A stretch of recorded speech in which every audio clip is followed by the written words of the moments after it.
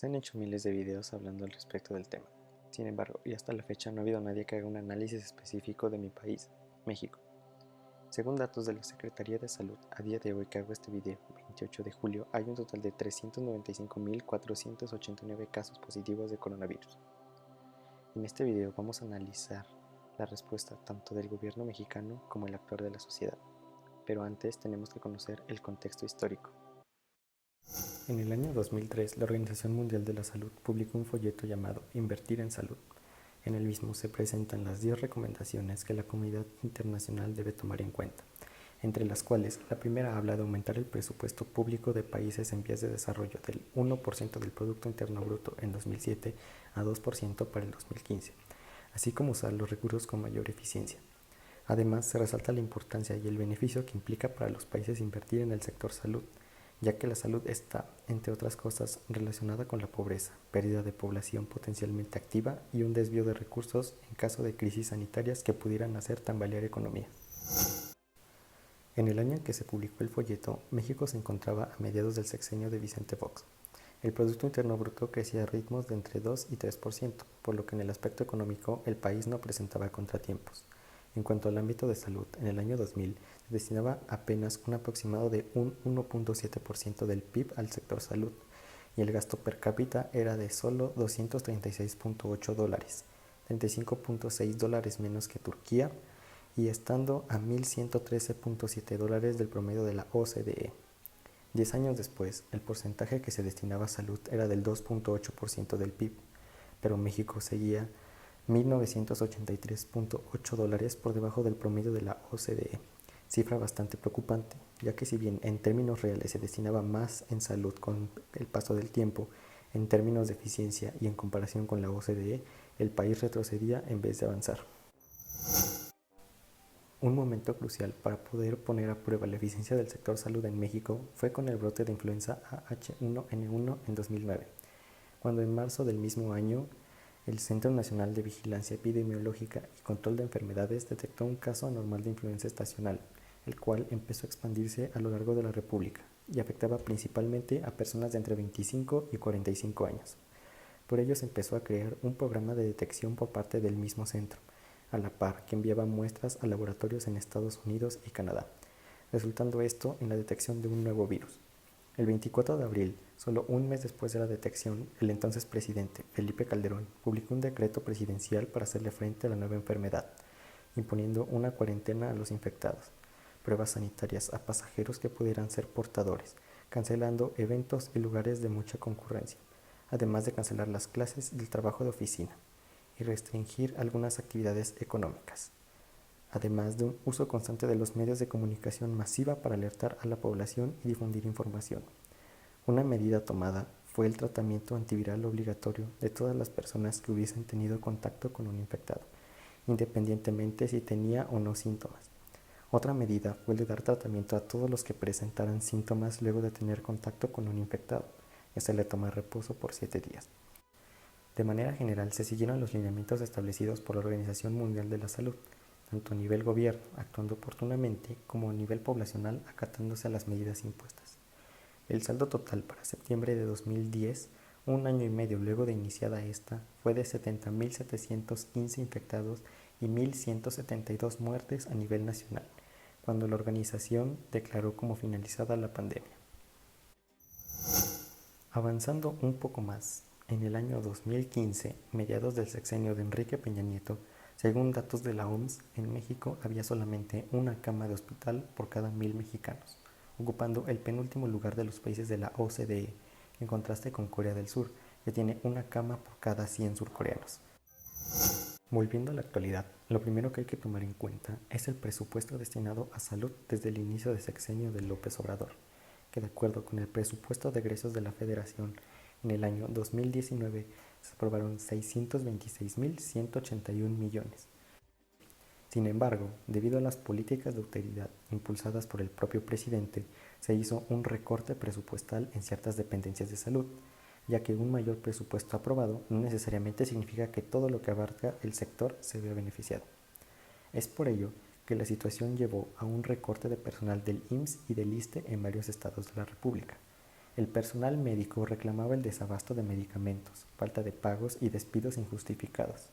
Esta situación se dio en la Ciudad de México, Veracruz, Querétaro, Puebla, Jalisco, Hidalgo, Tlaxcala, Quintana Roo, Tamaulipas, Morelos, Coahuila, Campeche y Oaxaca. El presidente, en una conferencia de prensa, declaró: Entonces, esto es lo que ha provocado cierta molestia y gritos. Los que antes callaban como momias, ahora gritan como pregoneros. Tienen derecho, pero nosotros no vamos a ceder. Es a finales de 2019 cuando surge el coronavirus en China, y a pesar de la evolución de la enfermedad, tanto el gobierno como la sociedad lo veía como una realidad ajena a la nacional. Por esto es que el 2020 inició con nuevos recortes presupuestales en el sistema de salud, al cual se le quitaron cerca de 57 millones de pesos, sufriendo también los hospitales de especialidades, quienes perdieron 4.066 millones. Así es como el país iniciaba el año, con un sistema de salud de por sí deficiente y ahora con menos dinero para afrontar lo que se vendría. Es el 27 de febrero cuando la enfermedad llegaría a territorio nacional. A partir de ese momento también iniciarían las conferencias del subsecretario de Salud, el doctor Hugo López-Gatell, el cual todos los días ha salido a dar una conferencia ante los medios de comunicación para informar el avance de la enfermedad, medidas de sanidad y anunciar las fases epidemiológicas. Sin embargo, y sorprendentemente, el presidente anuncia en la mañanera del 4 de marzo. Lo del coronavirus, eso de que no se puede uno abrazar, hay que abrazarse, no pasa nada, y Esto contradecía las propias recomendaciones del doctor Gatell y de la OMS en cuanto a mantener un distanciamiento social. En México, la llamada sana distancia. Sin embargo, en vez de aceptar su error o seguir las actitudes de un presidente responsable, días más tarde vuelve a hacer hincapié en que el coronavirus vino como anillo al dedo. Eso no va a tardar y vamos a salir fortalecidos. Y vamos a salir fortalecidos porque no nos van a hacer cambiar en nuestro propósito de acabar con la corrupción y de que haya justicia en el país. Por eso vamos a salir fortalecidos. O sea que nos vino esto como anillo al dedo para afianzar el propósito de la transformación. A pesar de estas y demás declaraciones sin lógica o fundamento, la Secretaría de Salud se moviliza, iniciando una fuerte campaña, sacando a su sana distancia, recordando lavarse las manos, estar a 1,5 metros de distancia y dando más recomendaciones de la OMS, medida que en el mes de marzo parecía ser efectiva, ya que a diferencia de países como Italia o España que veían subir sus casos a razón de 4.000 contagios al día, los contagios en México eran de entre 40 y 80 casos diarios. En este punto pudiese parecer que el país no se vería tan afectado, pero no se estaba tomando en cuenta todavía el aspecto económico. Es claro que no solo México, sino en general Latinoamérica no estaba económicamente preparada. En el caso de nuestro país, este no pertenece a un organismo supranacional como la Unión Europea, con un banco central que pueda brindar apoyo económico a los países afectados, como sí sucede con España o Italia. Tampoco tenemos una reserva como la estadounidense, que sacrificó un equivalente al PIB del estado de California para poder dar un apoyo a las familias. Siendo objetivos, durante el mes de marzo reclamábamos que el país no estaba tomando medidas de cuarentena como lo habían hecho países como Colombia, Chile o Perú, quienes desde los primeros casos detectados encerraron a su población. Aunque si bien la respuesta del gobierno no fue la adecuada en ese entonces, como ya vimos con las declaraciones de López Obrador, también la situación no estaba en un pico de contagios, donde de verdad era necesaria una cuarentena. Es por ello la declaración del doctor López-Gatell, donde dijo: si me espero aún más y tengo, por ejemplo, 100 niños infectados, es todavía más efectiva la intervención, porque estoy evitando que 100 tienen una mayor fuerza de infección, así se llama técnicamente, para contagiar a los 900 restantes. Al hacer esas declaraciones, una gran parte de la sociedad mexicana lo acusó de irresponsable y de que nos quería contagiar a todos. Sin embargo, viendo cómo está la cosa hoy en día, vemos que no estaba tan equivocado. ¿Por qué? Fácil. La respuesta es que nos encerraron muy temprano, y ahorita, que es cuando de verdad valdría la pena estar en cuarentena, inicia la reapertura conocida como nueva normalidad. La cuarentena mexicana ya lleva más de 130 días, cuando en China o en Europa apenas llegó a los 3 meses. ¿Por qué? Porque la población fue encerrada cuando habían 4.000 casos al día y no 40. Es por eso y porque la realidad de las personas que viven con un nivel de ingresos bajos, es decir, que viven al día, que si no trabajan no comen, que no sabemos si estamos en el pico de la pandemia o los contagios seguirán creciendo exponencialmente. No es una novedad saber que en México, a diferencia de Europa, la cuarentena es un lujo que no todos se pueden dar. Sin embargo, es aquí cuando llega también el actor de la población. Si bien la realidad es diferente, un correcto actuar siguiendo las medidas recomendadas por la OMS sería igual de efectivo, ¿no es así? Pues ahora veamos cómo es que el mexicano ha actuado. No sería sino hasta el 28 de abril que los contagios se verían disparados, teniendo cada vez más de 1.000 contagios al día, debido en su mayoría a las diferentes festividades familiares de esas fechas, empezando por el 30 de abril, donde cadenas de restaurantes como Little Caesars tenían aglomeraciones de personas sin respetar la sana distancia, esperando a conseguir una promoción especial por el Día del Niño. Inclusive en mi ciudad, Puebla, se veían y se siguen viendo parques públicos llenos de familia. Luego vino el 10 de mayo, una fecha importante para los mexicanos, ya que se celebra a las mamás. Es por ello que en todo el país se veían personas en las calles comprando rosas, pasteles, comida y demás cosas para celebrarla, lo que hizo que nuevamente se experimentase una ola de contagios y un aumento masivo de casos. La última fecha fue el Día del Padre, donde los contagios se elevaron a más de 4.000 casos diarios. Otro caso que me gustaría hablar es el de las personas, jóvenes principalmente, que seguían saliendo a fiestas como antes de la cuarentena, lo que llevó a la creación de páginas como Covidiotas en Puebla, donde se exponían a quienes no respetaban la cuarentena. Finalmente, un último caso es el de personas incapaces de acatar órdenes, como la de una persona por familia en los supermercados, pudiéndose ver familias enteras y con niños en el interior. Ha habido casos de personas que le avientan cloro al personal de salud y los amenazan de muerte, a pesar que son los verdaderos héroes nacionales.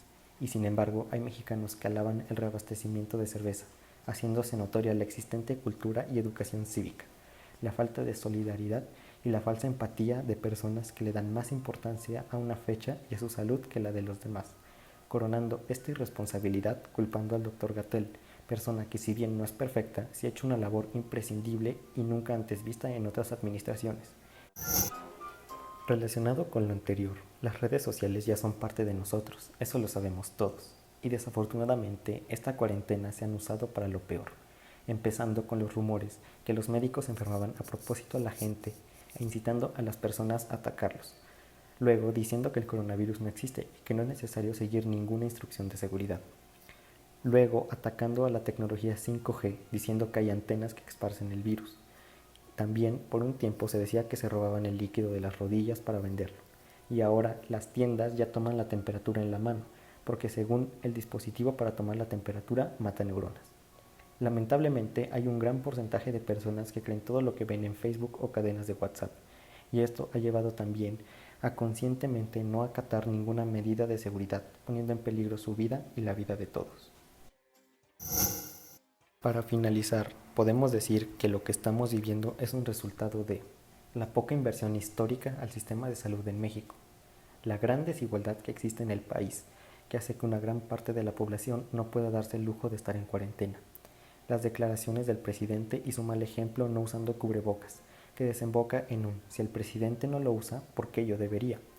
La falta de empatía de las personas, saliendo cuando no es necesario y haciendo caso omiso a las recomendaciones de seguridad. Y la gran desinformación presente en redes sociales. El coronavirus nos ha revelado todo lo que se hace y se sigue haciendo mal a nivel gubernamental. Ha sacado lo peor de la sociedad mexicana y nos ha hecho perder a 44.000 personas.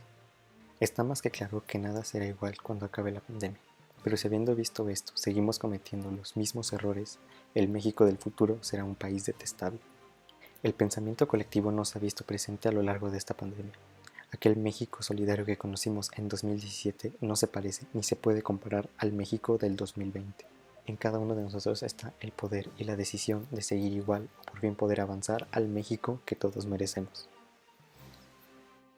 Mi nombre es Emilio. Gracias por haber visto el video.